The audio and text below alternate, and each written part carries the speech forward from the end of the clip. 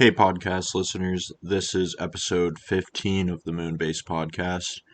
We are continuing with the call I had with IamShamtheMan, and he continues the story he has of fleeing from a security guard through escalators and the security guard trying to get down. And I don't want to hold you guys up too much, so we'll get right into that after a word from our sponsors. Hey there, folks. Are you tired of the same old, boring showers? Want to turn your daily rinse into a wild adventure? Well, you're in luck, because today's episode is brought to you by Shower Buddies, the Exotic Bug Edition. That's right, dear listeners. We're taking your shower experience to the next level by offering you a chance to shower with some truly exotic companions. Picture this. You, a steamy shower, and a selection of the world's most fascinating bugs. Whether you're a nature enthusiast or just looking to add a bit of excitement to your daily routine, Shower Buddies, the Exotic Bug Edition, has got you covered. So, why shower alone when you can have a beetle buddy, a mantis mate, or even a friendly tarantula keep you company? Worried about the bugs escaping? Fear not, we provide specially designed bug-proof shower enclosures to ensure a safe and contained bug-tastic experience. Plus, they're see-through, so you can enjoy your shower buddies without any unexpected surprises. Imagine the conversation starter. Oh, you take regular showers? How quaint. I, on the other hand, have showered with a Madagascar hissing cockroach. Twice. And if you're feeling particularly adventurous, upgrade to our deluxe package and receive a complimentary butterfly ballet performance while you shampoo. It's like having your very own nature documentary in your bathroom. So don't settle for ordinary showers when you make your daily cleansing routine an unforgettable experience. Embrace the exotic, embrace the bugs, and embrace your new shower buddies today. And now, back to our regular scheduled programming. Okay, yeah. Anyway, so continuation of that story. Security guard trying to go down the stairs, first floor. Thankfully, the doors were open. I sprint through a large parking lot. I come upon a 7-lane road, and I sprint across it. Cars are swerving, stopping. It looks like straight out of the movie.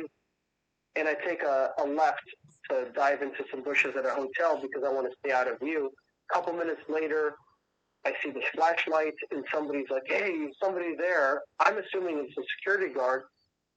But what I, again, realized throughout my adventures and stuff like that is adrenaline really skews your mind, and you make things out to be more than they are. It's like the security guard is not going to leave his post. He's hired to guard the mall. He's not hired for you to run across the street and apprehend somebody at a hotel. And these people are very limited in their power. They're essentially there just to report you to the cops. So, yes, again, breaking the law, but kind of a tip of advice is if you see authority other than police, you have to realize that there's not much you can do, and the best bet is just kind of maybe apologize and get off property. So I'm sitting there, I'm laying down expecting the police to come, thinking this has been a security guard, but nothing happens. So I get up and I see all these freaking families about to go in the hotel look at me like, who the hell is this crazy dude hiding in the bushes? And I give them this shush motion, as in like, be quiet, everything is chill, and I run to a grocery store next door. Go to the back because I just want to relax and show. I've been in this meat locker for 3.5 hours. It's insulated, therefore you're sweating like hell, not to mention all the scrambling I've done at this point. As I'm coming to the front to grab water out of the coolers near the cashier area, I see a cop. His back is faced to me. He's on the phone, and I'm like, guaranteed it's about me because we're probably going to match the calls from the hotel to the security guard and be like, yeah, this is the same dude. I run to the back to go out the employee area, and as I get in there, I'm just getting yelled at, get out of here, you're not supposed to be in here. As I'm coming out, I see this official-looking person, I'm assuming their manager, on the phone, and they're giving me this look like, yeah, there's something about you. At this point, fun's taken back's taken. I have two sides. I pick a side. I'm running towards it, and it's an emergency exit. And I kind of had this pause, but I realized there's no other way. Fuck it. I push it open, and then the entire store looks like a rave. It's just loud sounds and lights and shit like that. And Yeah, the whole fire suppression system went off, or? yeah, exactly. Everything just went off. It was wild. And just my luck, I end up in the garden section, which, but thankfully, through my urban exploring, I'm used to hopping fences. So I go up, as I'm coming down, I look around, and there's this brush area in the back, and I figure that's the best bet. I run towards that. As I get to the edge, I realize without my freaking service provider having good service is just weird. Oh, no worries. We can always do some post-production magic and it'll be smooth. Oh, yeah, for sure. No worries. You can just, we're taking break now or something.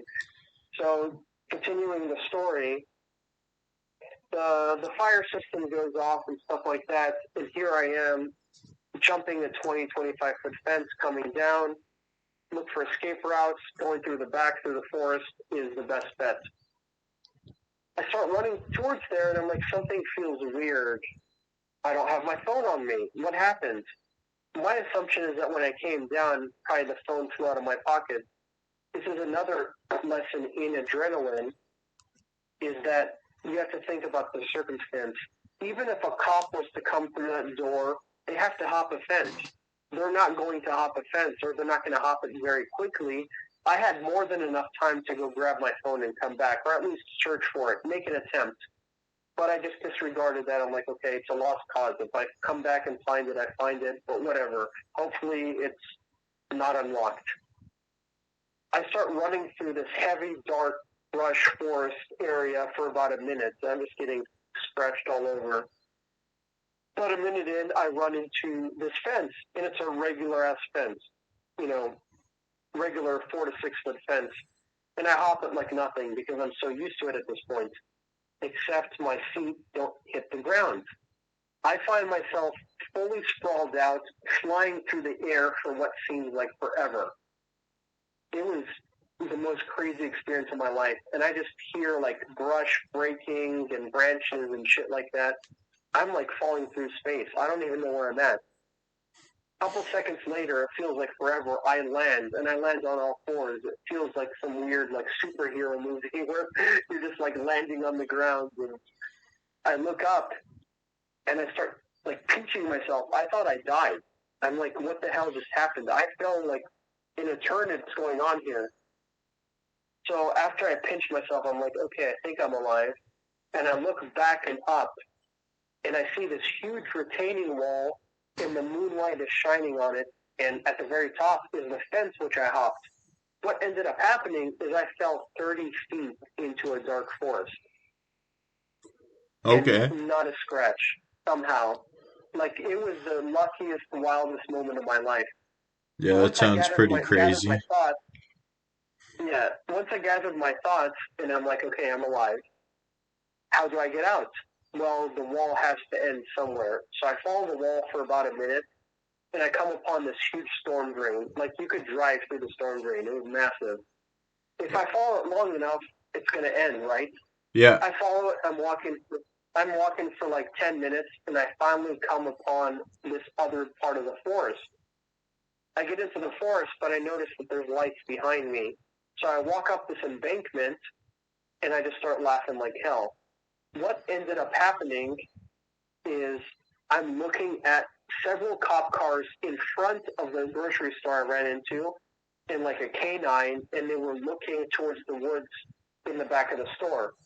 Little did they realize that I'd fallen 30 feet into that forest, like back behind where they could see, walked under a storm drain, and what that storm drain did is it took me under the store, under the parking lot, under the road I sprinted across, and into some woods that was the opposite side. And here I am staring at them. Never in their wildest dreams would they think this is how a dude escaped. That's amazing. So So I'm just laughing my ass off, and I'm watching them out of curiosity, and about 30 minutes later, they all leave. And at that point, I'm like, okay, I got to get out of here. Thankfully, there was this huge open field behind me, and just through Google, well, what I did after that is it was just a painstaking process. But I retraced myself through the woods. I didn't go through the storm tunnel because that would have put me below the level which I needed. But I had to go through the woods, cross the road, go through some more brush. So I came back in the back of the store, and thankfully my phone was still there. Grabbed my phone, came back, and just using Google Maps, I'm like, okay, cool. I just walked through this big field, cross a highway, cross some stores and some little bit of brush, and then I go to my car, which I parked at a hotel across from the mall. And at that point, again, realization of doing illegal things, you have to also play into account jurisdiction, your rights, possible actions taken against you, and you want to get out of jurisdiction, just like I'm talking about train hopping, get out of the yard as fast as you can. Well, in this case, get out of the city as fast as you can. So I got out of Cincinnati, and I continued my journey from there, and it's probably my craziest, most epic, involvement with police, at 6 hours at a mall. It's probably one of the wilder urbex that you should be attempting. Yeah, that's a wild story for sure. Definitely had me chuckling there. Um, do you ever worry about more frequent encounters, or is that just a one-off? Well, so the only other encounter I had was with, I was doing this factory in the Heinz factory. Are you aware of Heinz condiments? Yeah, yeah, like the ketchup and mustard Yeah, and so the catch, yeah, exactly.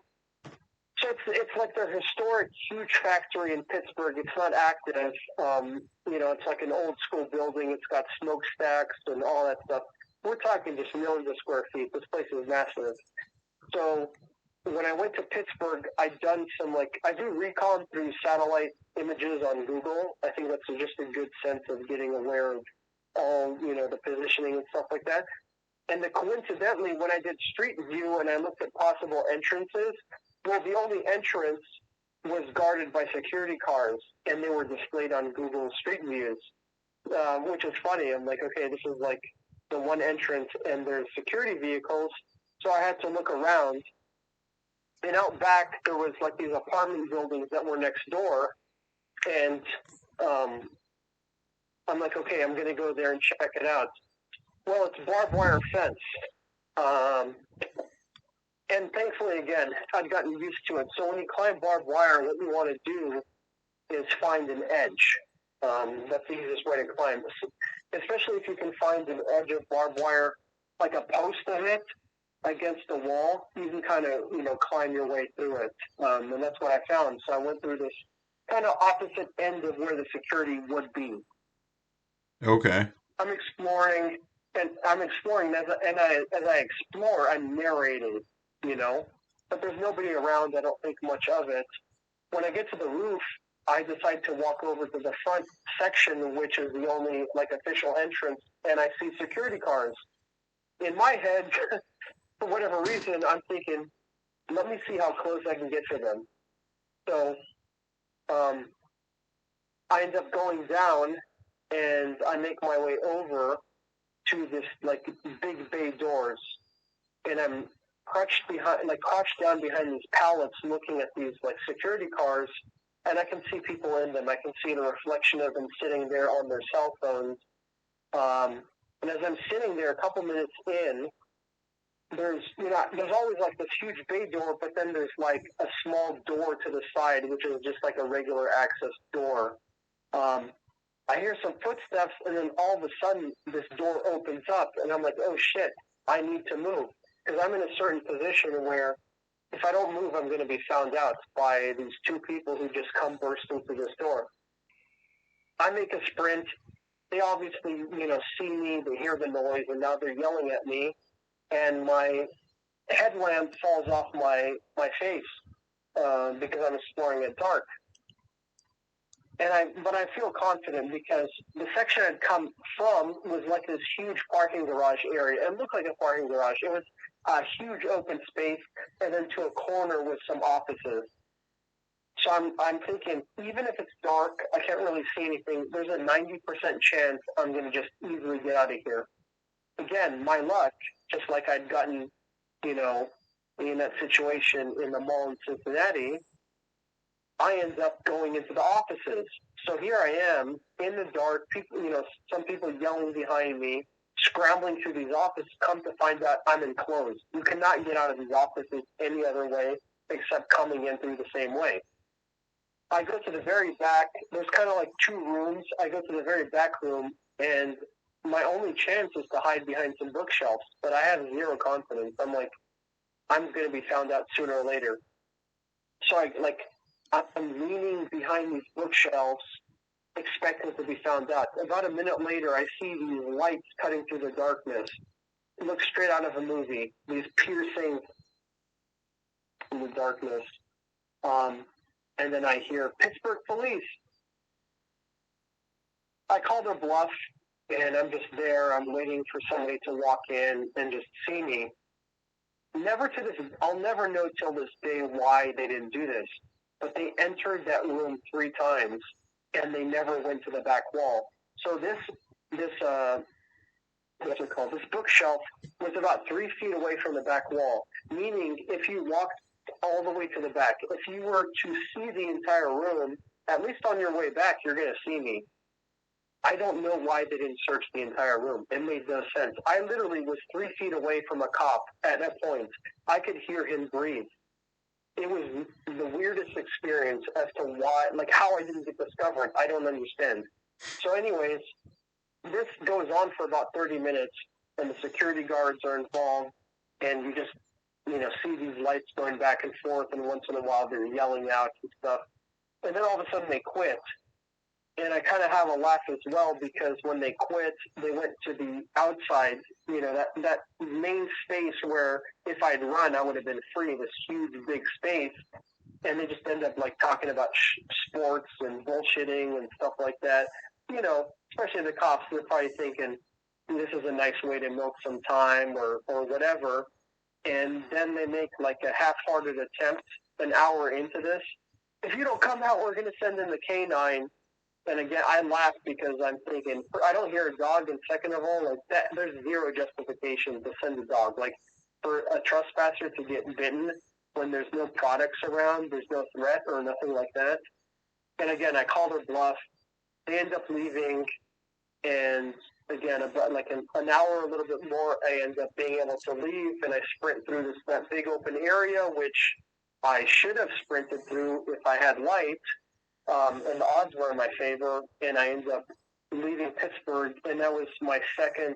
Well, that was actually my first police experience, but the second overall in total that I've had. I've had 2 experiences with police, and that was Heinz Factory and the Forest Fair Mall in Cincinnati. Yeah, that really sounds like someone was looking out for you there. Oh, yeah. Yeah, that's awesome.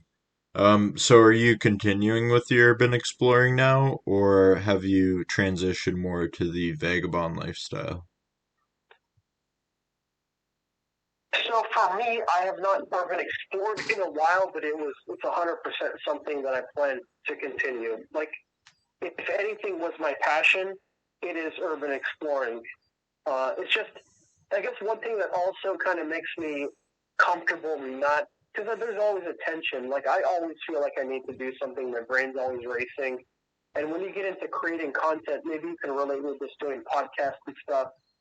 There's kind of this pressure to always create something. But what makes me relax is, like I was saying, I have almost 200 gigabytes of media. I have dozens of hours of urban exploring and urban camping, train hopping, stuff like that. Even if I were to do nothing else in my life involving the vagabonding lifestyle, I'd have enough content to create. So that kind of puts me at ease, but also maybe it makes me complacent, which is why I loved that this couple from Portland reached out via Reddit to do a train hop, and I even mentioned it in the train hop. My Chicago to Seattle train hop I did alone was 3 hours of GoPro footage, and this one I've got about an hour of footage. But I mentioned during that footage saying that this could be like a nice trigger. These guys might have come along to motivate me. And I'm looking at several buildings. Seattle has or did have the most cranes in the entire United States because of all the construction, all these huge cranes.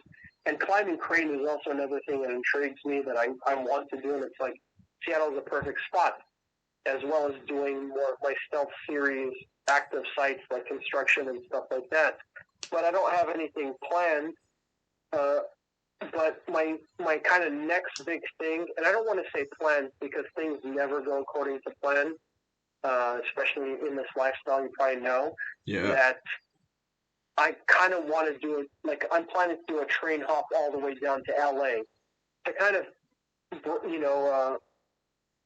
to kind of say that I've done all these different portions of the nation. So doing a train hop to LA, I'd be like, okay, perfect. I've done a West Coast tour. Nice. I can cross that off the bucket list. I can be comfortable with myself. In LA, being such a massive area, is obviously going to have a ton of abandoned buildings. So that's kind of the thing I'm piecing together. I'm always, anytime, every single day of my life, I'm doing urban camping. I'm living outside. So that's a given right there. I train hop so I can do urban exploring. And that's kind of my combo. I'm trying to create this unique combo, and I look at just kind of the landscape, and I mention niche. These are the niches I want to do. I want to do things that portray me a little bit different, things that define me a certain way, where you can capture some intrigue. Like it's in a sense, in a business sense, I'm creating a market.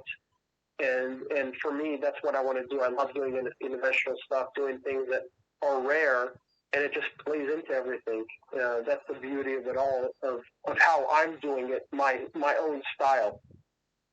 But of course, grabbing style from people I watch on YouTube, from the legends especially, and just kind of creating a mesh. Okay, yeah, I could see what the goal is. Where do you see the adventures going in, let's say, like 5 years? Oh man, that's an awesome question, man. These are great questions. I appreciate you asking them. Oh, thank because you. it's funny. The couple in Portland, the couple that came from Portland are 20 years old. Her name is Michelle. She's studying sociology. And then Nate, 23 years old, has an electrical engineering degree from Dartmouth, which is an Ivy League school. And so, I mean, absolutely impressive people. It was a pleasure to be able to take them because, again, I'm somebody who's different in terms of vagabonding. I come from a different background, which is going to present different things moving forward. Ideally, I want to get back. Like, I'm obsessed with my career. I'm one of those people that's like, I used to just be all work. And I'm always obsessed with creating, like, the ultimate career of being, an electrician and having my own business, running projects, which I've run parts of projects, but I'm talking about just going all in. And I'm part of the union, IBW, which actually operates in Canada. So technically I can go there and work. It creates a really independent lifestyle. So thankfully I've got a lot of options. And that's what kind of also makes me different in Vagabond and why maybe I came across as a poser because of all these different things going in life and things that I can access. But ultimately what I would say is I want to go back to being an electrician and have built that career up, invest in some property and just live more of a normal life. And hopefully I don't offend people by saying this. I have some maybe controversial, unconventional takes, but I believe vagabonding is a phase. I don't believe in it as a lifestyle, especially not long term. I think it's a great way to really discover yourself and to experience things that are unique, but it's not a way of living. It's extremely rough, and also you're missing out on a lot of what society offers.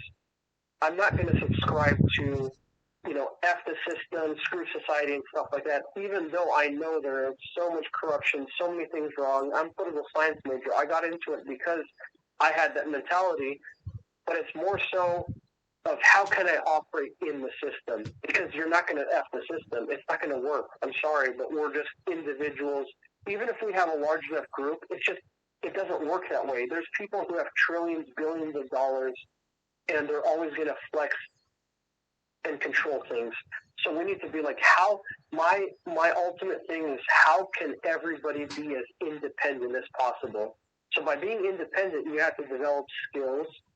You have to have a game plan. And by operating within society in a certain way, you can have a lot of control. You can have a lot more control than you think. But that really requires you to invest time in understanding your place in society and maximizing that. So I definitely am planning to go back to being a full member of society and, using, let's say, my free time to do this. And that's what I encourage people to do, is more so, kind of grind, get yourself established so that you have enough independence to be able to vacation as a vagabond, so to speak. Interesting. Would you say that your background in political science has any influence on that? Like, do you have any political, um, I don't know what the word for it would be, like leanings? Like, what would you consider yourself, and does that fit into the lifestyle and the future goals in any way? You're asking some awesome questions, man. It's very deep. I love deep questions. Yeah, it reminds me of that couple that I was with because, you guys, just like you, very, educated, deep questions, which I like because so much of the general public is asking they just look at us as superficial. They look at us as very basic and there's nothing behind it except you're just some weirdo that likes to travel around. But I think all of us are thinking about philosophy and the meaning of life. I think we're much deeper than the average normie or whatever you want to call it. So this is the weird part because I mentioned it as a phase. So a lot of people who are like, this is a chosen thing and whatever, they're more conservative in nature. And I don't define myself as anything, but by me saying that, I'm sort of calling out the community in a way. And I'm saying, I don't know if I find this acceptable for you guys to do this long term, like getting back into society and maybe contribute. But the thing is, by contributing, you're also allowing yourself maybe a better experience in the future. It's like, let's struggle a lot right now to establish ourselves to a point where we're so independent individually that we can go out into the world and say, I'm going to do whatever I want, right?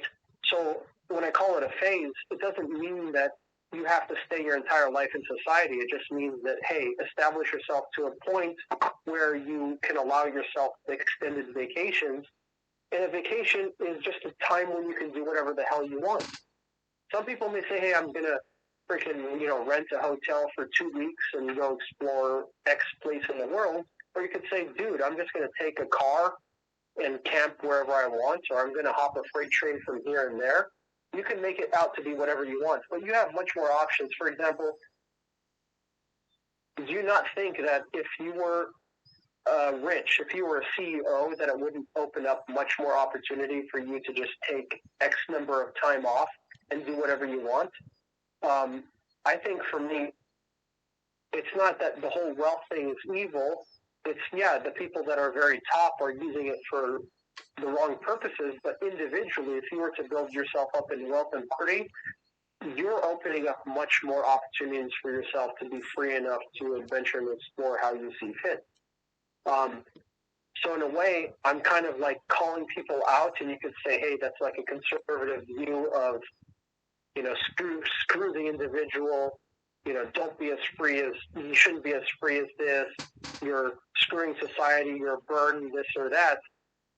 But at the same time, I'm saying, do it, but you should be more responsible doing it, and you shouldn't look at it as a long-term thing.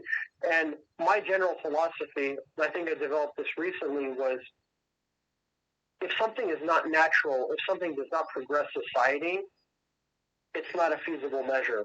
Imagine if everybody said, I want to be a vagabond. Society would not exist.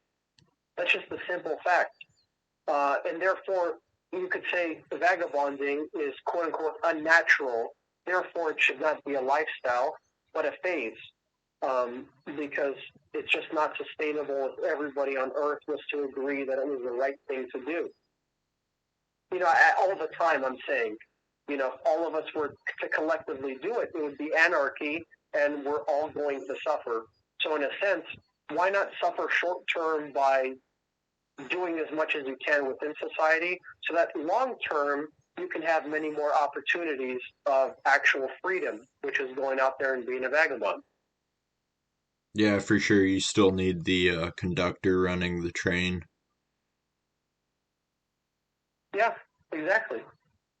Yeah, I saw a post on Reddit about this where someone was saying that vagabonds are completely independent, but in some way there is a massive dependence on current existing systems, and someone argued that back to them, and I think they do have a very valid point that you can't really exist without the pre-made systems in a way. What you said is absolutely perfect, totally perfectly worded, and coincidentally, I swear to you, I was thinking just about that coming into this, because when I talked to Nate and Michelle, the couple I took, we were talking about that, them being from a high-level academic background, they were asking me the same questions you're asking me, and we came to the same conclusions. And that's kind of the paradox I talk about, the catch-22, is you can't do this without a predetermined system. You wouldn't be able to function, So that was perfect that you mentioned. It's like you can't train hop if there's no conductor. What did that conductor do? That conductor is living fully within society, doing everything society's asking of them. They're contributing. Therefore, that's how we're able to go.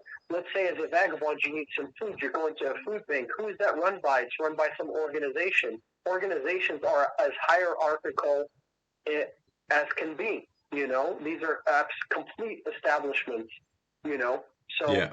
for us to be able to do this, we absolutely, like you said, we are as dependent in a way as can be, because we're needing to lean on these various institutions to support us, So saying F the system, that's why I used to say that growing up, but come to realization, it's not the case. We need the system in order to function within it to be able to do what we want to do.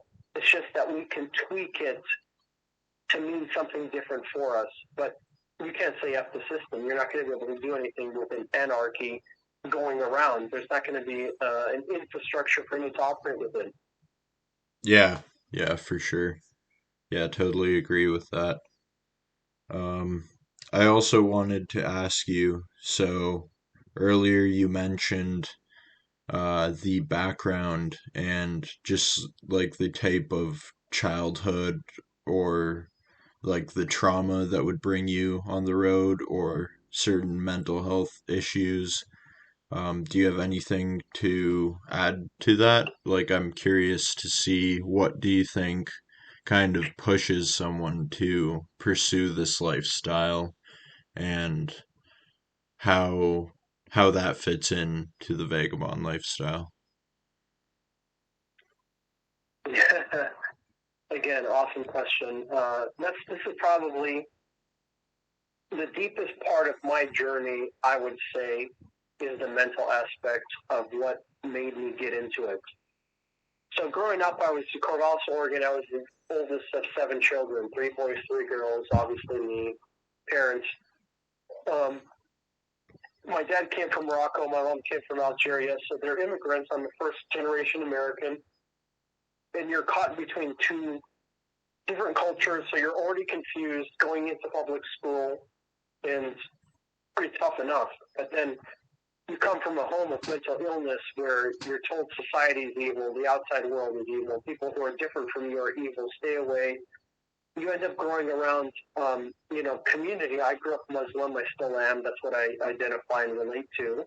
Um, but you're kind of secluded. It's just a very weird dynamic. But for me, just being beaten and told weird stuff and abused and neglected, like me talking to you right now, I talk to you more and know more about you and feel more of a connection than I do with my own family.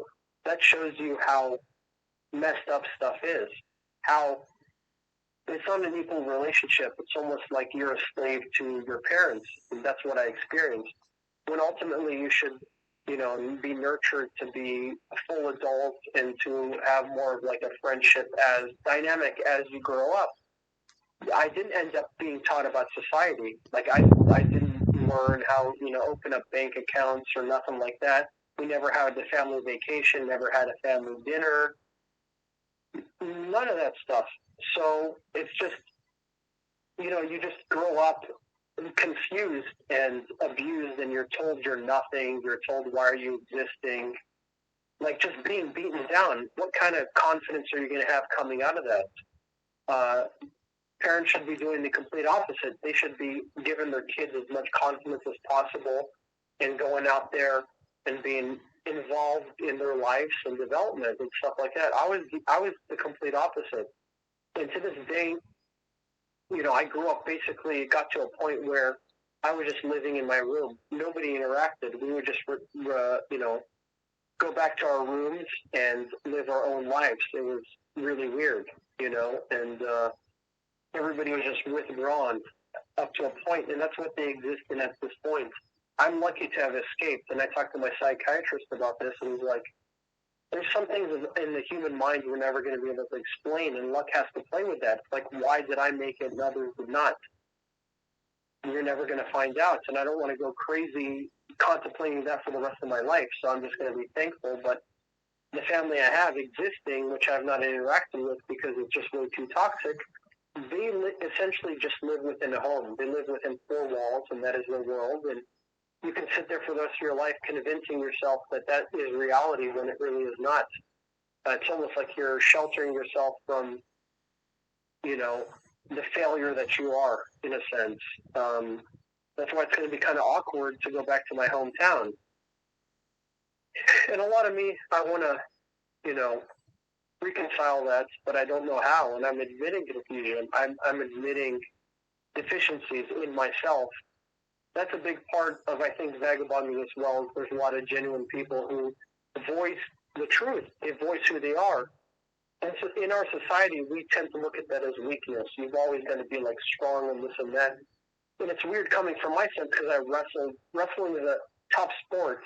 I wrestled to one of the best colleges in the country. And I'm an athletic guy, and people look at you like, hey, you're supposed to be invincible. You're not supposed to be talking about mental health or feeling this or that. But part of my journey is advocating for that, is advocating for mental health and being like, listen, we all suffer from it, just like physical ailments. We all suffer from it. There's a spectrum, but we're not going to deny this. And I'm going to be outspoken in this for the rest of my life and say, hey, that's our number one investment. Everybody has to look within. Everybody has to get some sort of treatment. Meds are not evil because here's the deal. Are you willing to spend the rest of your life suffering because of some potential side effect? Or are you willing to take that small risk? Because here's the deal. You can be switched on and off of various things that could potentially save your life. And it saved my life getting meds, getting treatment, getting therapy, as opposed to just saying, hey, I'm going to suffer for the rest of my life. Because if you're not getting treated, you are guaranteed suffering for the rest of your life. There is not much hope in just continuing the course of misery. So for me, that's the biggest thing is in a sense, I don't want to go back to society at this point. Why? I'm purposely staying on the course. Why? Because it's expectations. I want to go back when I'm ready, because if I go back too early, I'm going to have the expectations of being balanced, of having a social life, of being in a relationship. And that's something that I've suffered from because I wasn't taught about that. I was taught about, women, girls, or this and that are evil and things like that. Even though my parents obviously are married, we're like, how are you going to go about that step? Like, it's very confusing to me. So Google has been my parents in a sense, and I'm still trying to figure shit out. I mean, it's funny. Coincidentally, I'm going to mention both our birthdays are September 21st. Yep. And I just turned 38, and I'm still trying to figure out how to go about this thing, how to have a well-rounded experience. And I don't want to go back before I'm ready because I'm still trying to learn things, and I've always learned through the fire, and that's what I'm feeling vagabonding is. A lot of times you're trying to learn through this trial, and it's going to build you back as a better person if you take it for that. So I'm purposely trying to stay homeless because I know that the second that I go back to, an established living, I'm going to be expecting certain things. And if they don't happen, I'm going to collapse worse than ever, It's just kind of a more unique outlook that I'm withholding myself on purpose because I don't feel like I've learned enough lessons yet. Do you think there'll be like some kind of indicator or marker where you feel that you have learned what you need from the road, or do you think that there'll just be a certain point where it's time to hang up the hat and go back? That's actually the ultimate question. I'm hoping that I develop myself enough to a point where I can go back into society and not have any reservations and just be totally comfortable. But also accept the idea that, I might just, die lonely and destitute and living on the roads and stuff like that. But I think the biggest thing, and I know this gets mentioned on Reddit, and I really appreciate and love you guys for all the comments, that are positive, especially during my recent posts, that I seem to maintain a very positive attitude, and that's my biggest change, is adhering to Stoicism, that there's a positive in everything, and that's why I always make sure to smile, because if you're not loving this, don't do it. If you don't love being a vagabond, don't do it. There's such a negative stereotype about this suffering, and it's not to call people out, but it's almost like certain people are asking for sympathy. And for me, sympathy is one of the most demeaning feelings. If somebody comes up to me, and let's say somebody in society, and they're like, hey, you need something? Are you okay? This seems rough. You're suffering. I'm like, I know you mean well, but it's demeaning. Like, I'm doing this out of my own choice. I'm doing this because there's a reason, there's purpose. Ultimately, there's enjoyment in this. Don't fucking do it. This is a message to all vagabonds, all homeless, whatever. Don't fucking do it unless you like it. If you don't like it, go. There has to be a change. That's what within myself, when I say that I feel unsettled in a sense, whenever you feel unsettled, that is your soul telling you that a change needs to be made. You don't even need to know what that change is, but you at least know that a change needs to be made. What is your purpose? Your purpose is to find what exactly that is. And that's why I really believe Stoicism, especially in relation to being a vagabond, is an absolutely amazing philosophy to follow and to study. So I'm going to admit, I don't know. Like I said before, I fully admit that, my plan is to become, go back to being an electrician and have a traditional life while dabbling back into the vagabond society during my vacation time. And at that point, I'm hoping to have a lot of money and property and stability and, be in a nice relationship and stuff like that. And hopefully, find a partner that's understanding, and that I'm comfortable around. And the biggest thing I would say for me is getting treated, because if you have mental illness that's untreated, you're always going to be uncomfortable. But at this point, being on my meds, I'm talking about depression, bipolar, social anxiety, PTSD, ADHD, borderline personality disorder, stuff like that. I'm very comfortable for the first time in my life, these past couple of years. Being a vagabond has been the most comfortable thing for me. Why?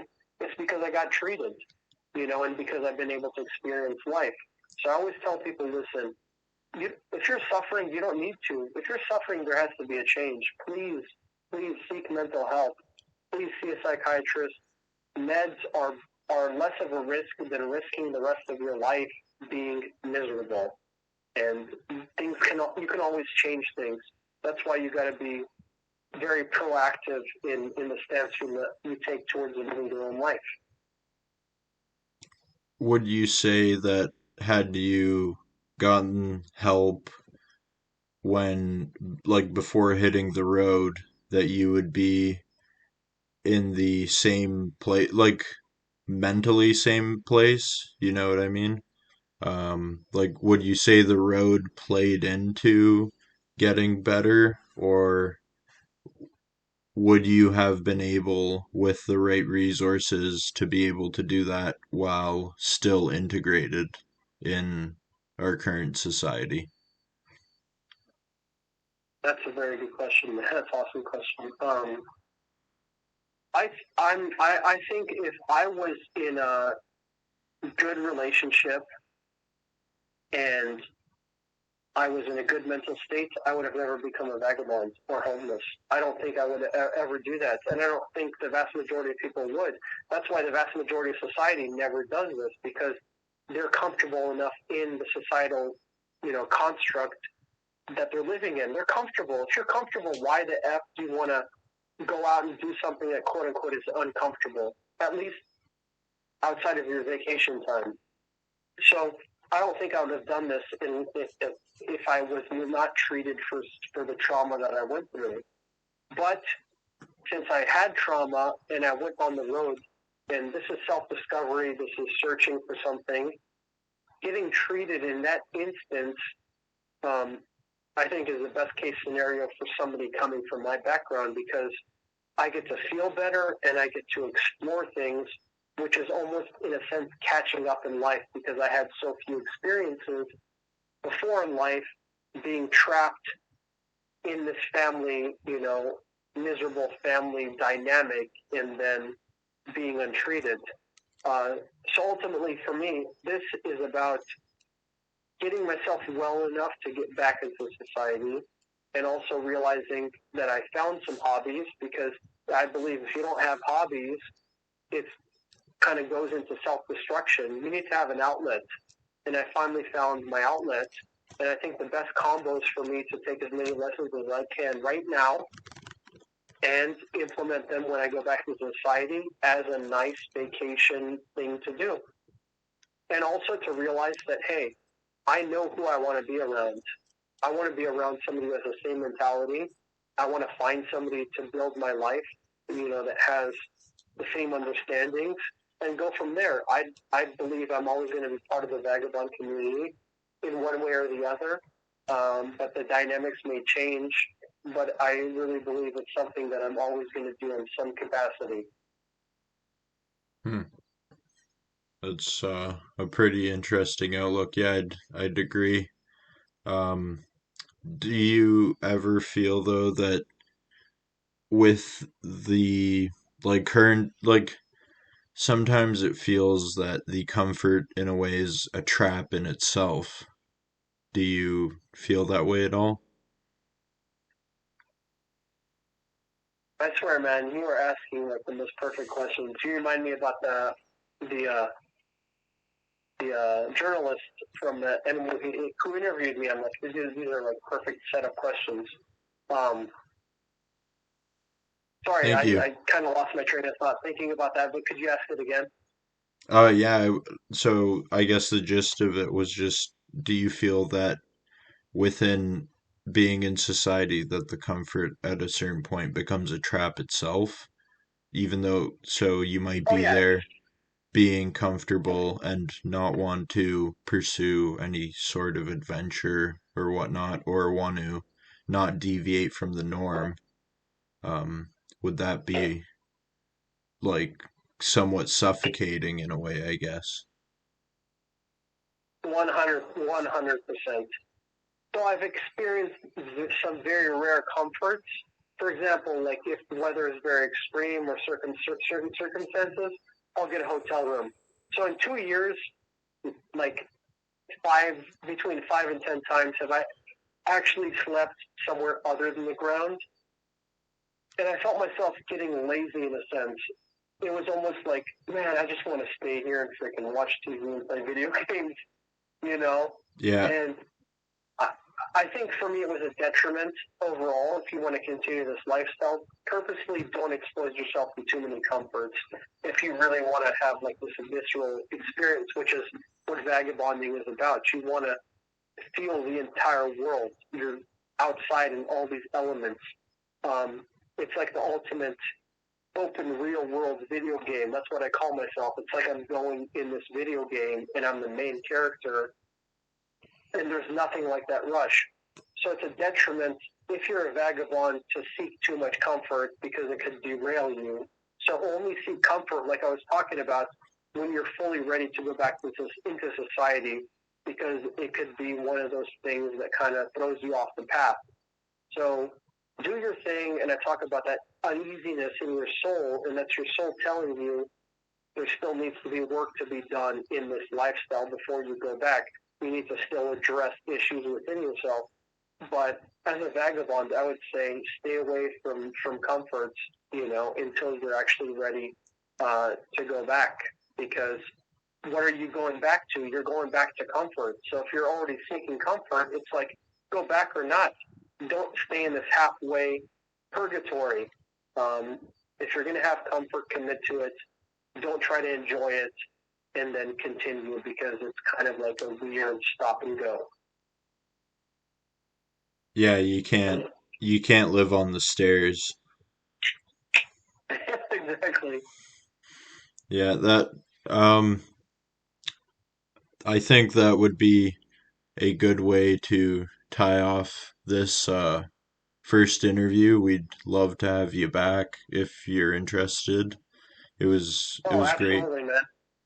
Yeah, I just kind of, I'd like to mention just one more thing, just out of kind of respect to, just very quick, Nate yeah, and Michelle, who are, yeah.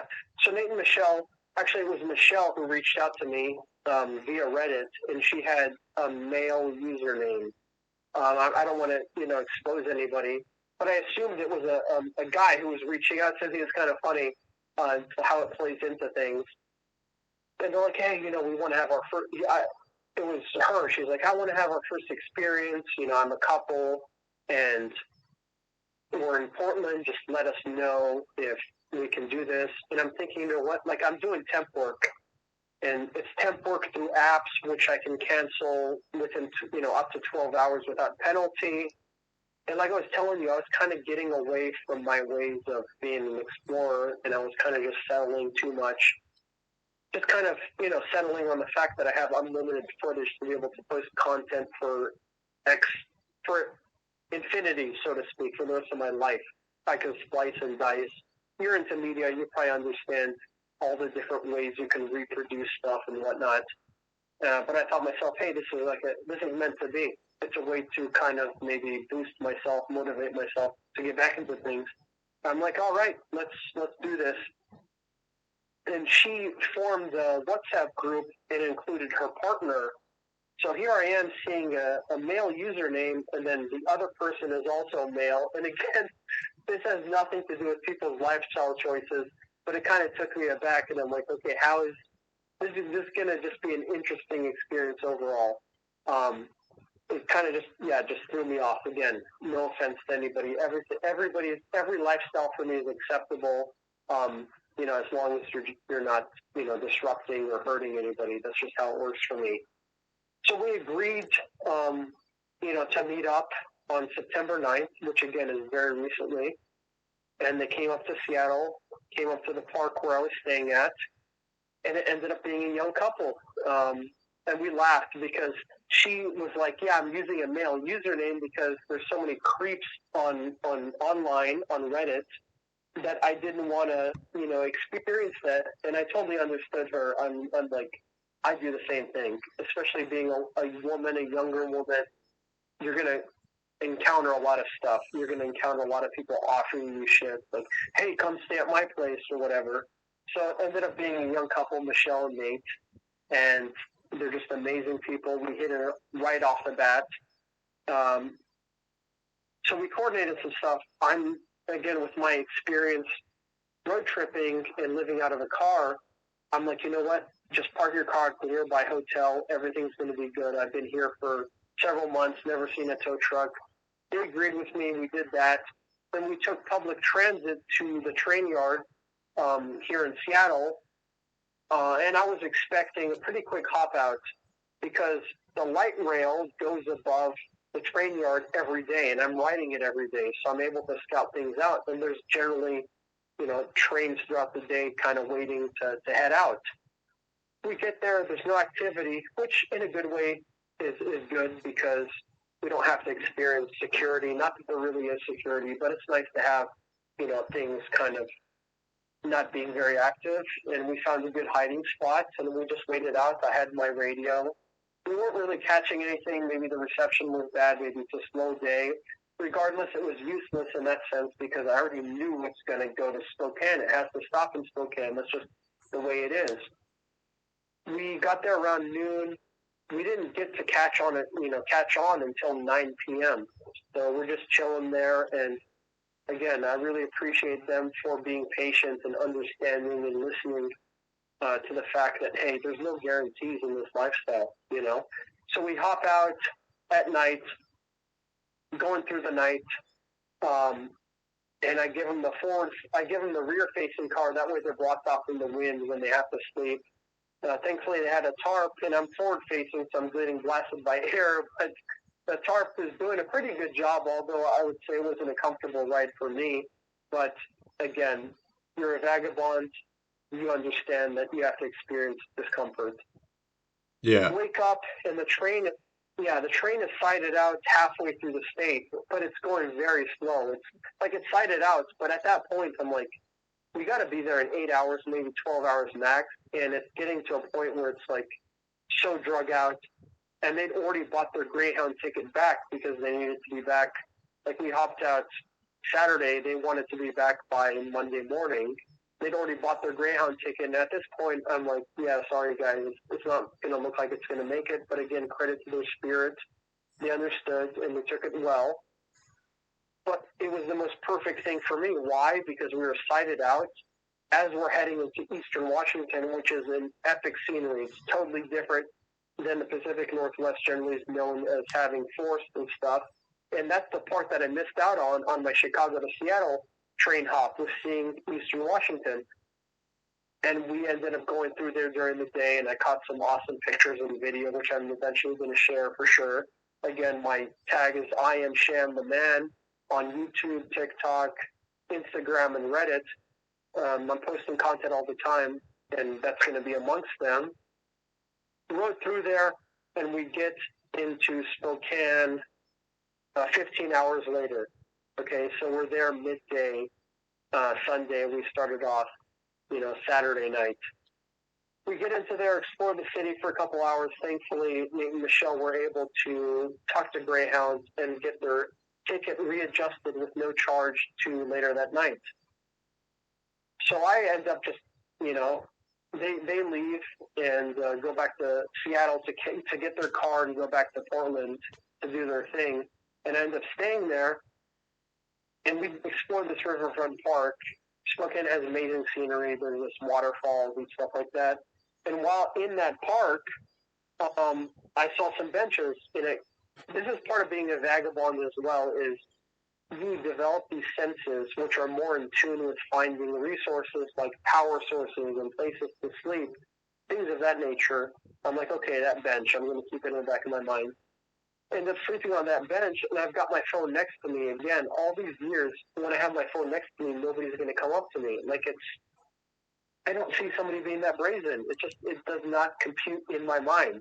I wake up and my phone is gone. I'm searching for 15 minutes, freaking in my bag, touching myself all over, nothing. Thankfully, the library is across the street. I go to the library and I do secure my device, and I find that my phone is 1.5 miles away to the northwest in some house. As I walk there, I see that the homes are getting more and more shabby, it's just a stereotypical criminal feel to it. And I get there and knock on the door. I'm just so pissed off. I freaking got my knife pulled out, and I've got this old strung out lady answers, and she's absolutely clueless and like, where the fuck's my phone? And I know it's here, and she just, mumbling and whatever. Unfortunately, high on drugs. It ended up being a trap house, drug house. She closes the door. I knock again. Middle-aged guy comes out. He's sympathetic to my situation. He's like, I'm going to try to figure it out. Gives me his number. He's like, if you go back to the library, click on the alarm feature, which has been to ring the phone for like 5 minutes, which I'm aware of, but I didn't want to do that because I didn't want to like pre-alert the person. When I get to the library, I try to do that, but my account, it says password has been changed in the last hour. I'm like, fuck. So it was one of the most heartbreaking moments of my life because, like I was telling you, I have 200 gigabytes of media saved up. We're talking about my entire life since 2008. And I couldn't even describe the feeling. I still can't, but I was just down and out. Have to go back, talk to the guy, and somebody else comes out, and I give them the time frame. They're like, okay, there's only 2 people. There's this person. She came by, and she, like, unlocks phones, which I'm like, oh, shit. Like, this is the hustle here. They steal cell phones, and they freaking resell them. And coincidentally, somebody came out and tried to sell me a phone, but it wasn't mine because I was eyeing the thing.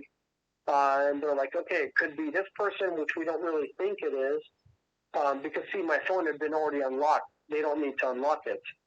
Or it could be some dude, like, a couple blocks away. So we go confront this guy. He swears it's not him. Not much I can do.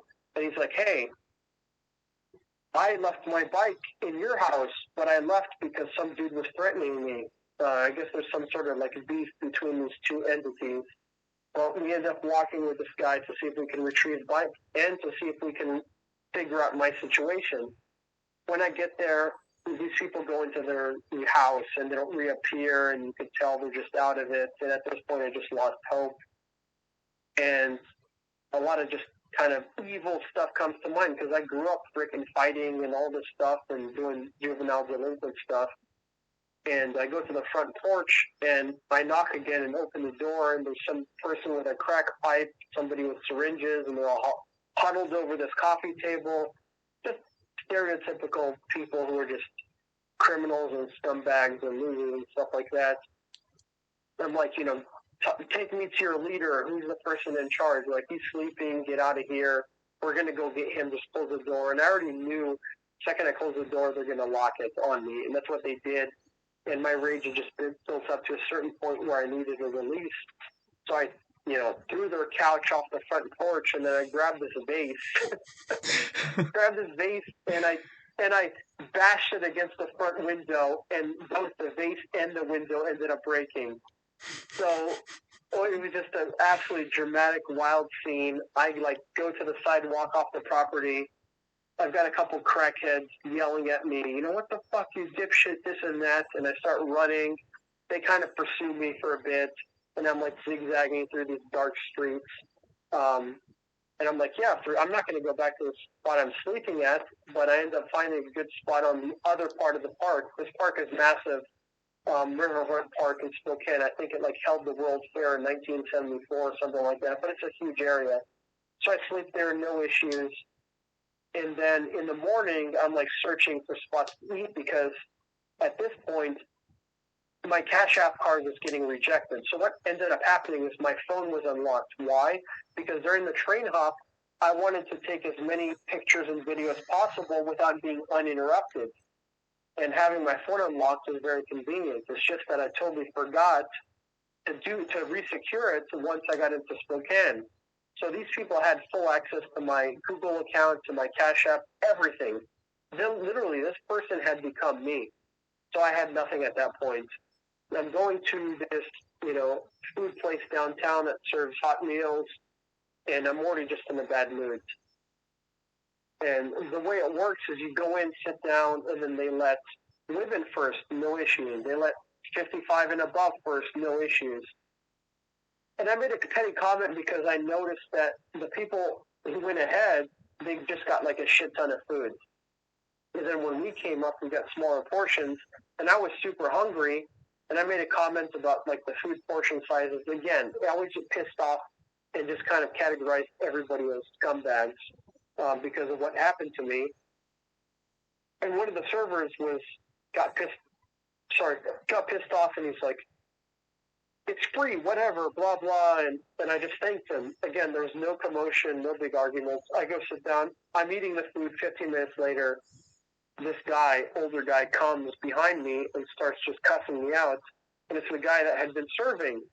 I'm like, he was telling me, "Oh, you don't think the food is good?" I told him that's not the issue. The issue is I just made a comment about the portion sizes. All is well. I'm eating it. Obviously, it's good. There's no issues. Like, we've been in peace for 15 minutes. Nothing's going on. But something within him was just really pissed off and trying to make an issue. So here he is reaching over me to grab the tray. So I hold the tray down. That's a very aggressive motion for him to do. Again, he starts arguing and cussing at me. Second time, he's even more aggressive. Like, imagine somebody having their entire body above you while you're sitting down trying to eat. They're grabbing the tray, grabbing the wrist. At this point, I'm just like, fuck you. You're being aggressive for no reason. Because I made a comment, there's no justification to be aggressive towards somebody over a simple comment. I never threatened you. So I stand up and I just shove this guy several feet back. At this point, all of a sudden, I've got a group of guys, multiple grown men, pulling me, pushing me, hitting me in the face and stuff.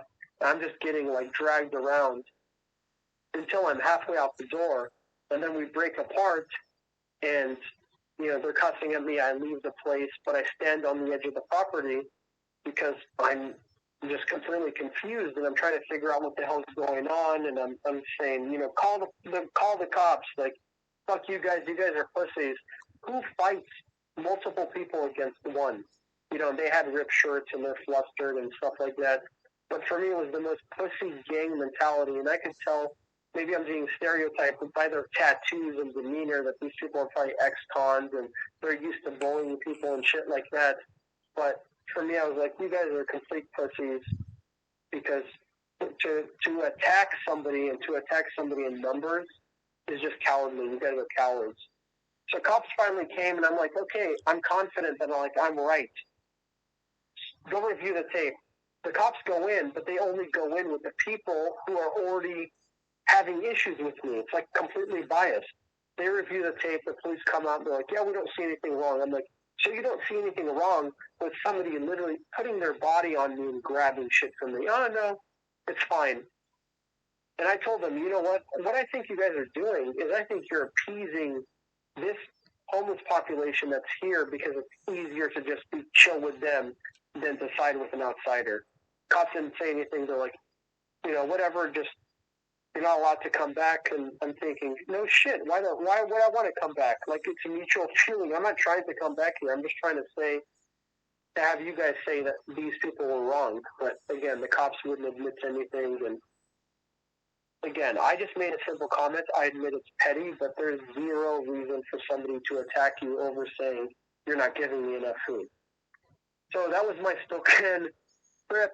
At that point, I felt like, I'd betrayed my most basic advice, which is head for the suburbs. Don't stay if you're a vagabond, homeless, whatever, do not stay in the inner city. Do not be around other homeless people.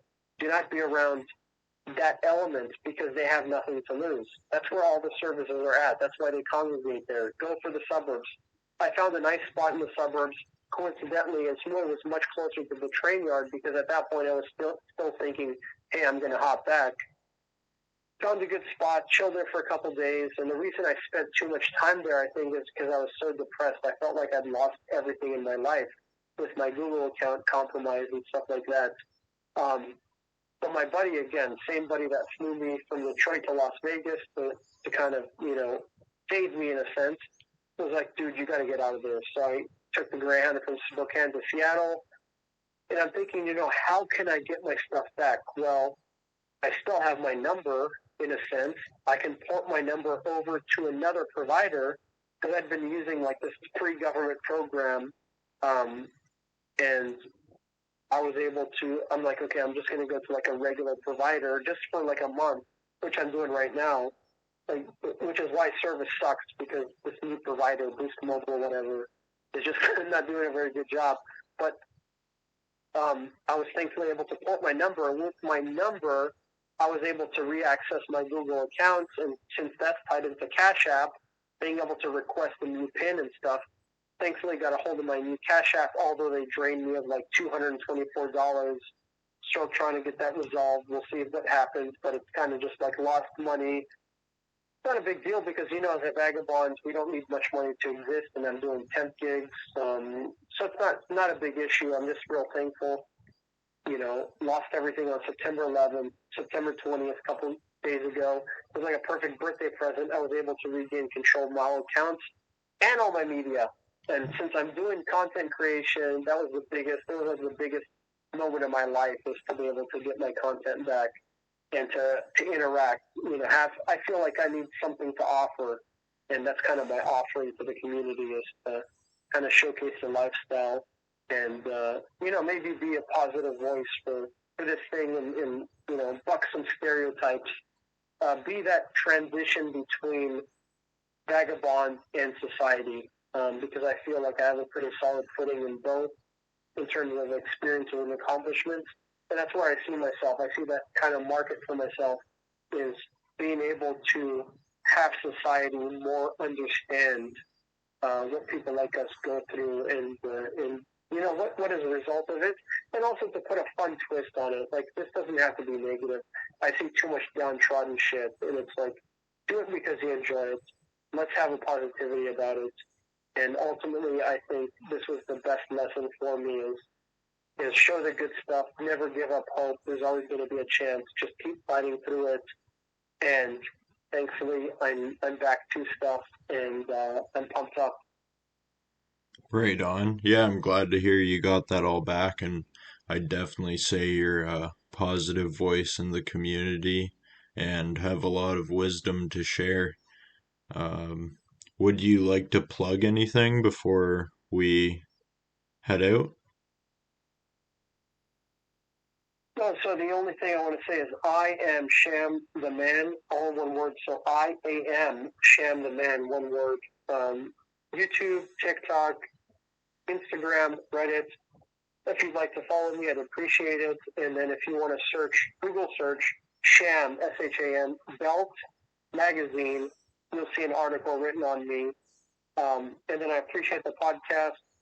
I'll link it to everything I have, because I want to be able to share that and also showcase you. You deserve a lot of credit. Like, you've asked the best questions. This is like as good of a podcast as you can get, I think, within the vagabond community. You have an amazing market to be able to reach, and I wish you the best of luck. I think people definitely need to tune in. I don't want to be like biased. You have to tune in because of me. No, you're able to provide a voice for a wide variety of people, and that's exactly what we need. We have too much mainstream shit going on, and people need to be tuned into all aspects of society, because I think it's much more relatable than a lot of people think. Being able to access that part of their spirit or soul that is a wanderer, I think that's all within us, and this is a great way of showcasing it, is by you, thankfully, providing that platform. So I appreciate it. Oh, thank you. Thanks for all the kind words. I really appreciate it, and I'd love to have you on again. Absolutely. You'll hear from me again. We'll make it happen. All right, sounds good. Yeah, so that wraps up this episode then, and thanks for coming on. You're welcome. Everybody out there, keep doing your thing. All right, thank you. You're welcome. Take care. You as well. Bye. Bye. And that concludes episode 15 of the Moonbase podcast. I hope you guys enjoyed. We're hoping to have Sham on again, as mentioned in the podcast, and we will keep you guys updated with what's going on with the podcast, what's happening next, and future guests. So stay tuned, stay listening. We appreciate everything you guys do. And if you don't mind, leave a review for the podcast. because that will help us get us more exposure and help us grow overall. And that concludes it. So, Moonbase episode 15. Hope you guys enjoyed.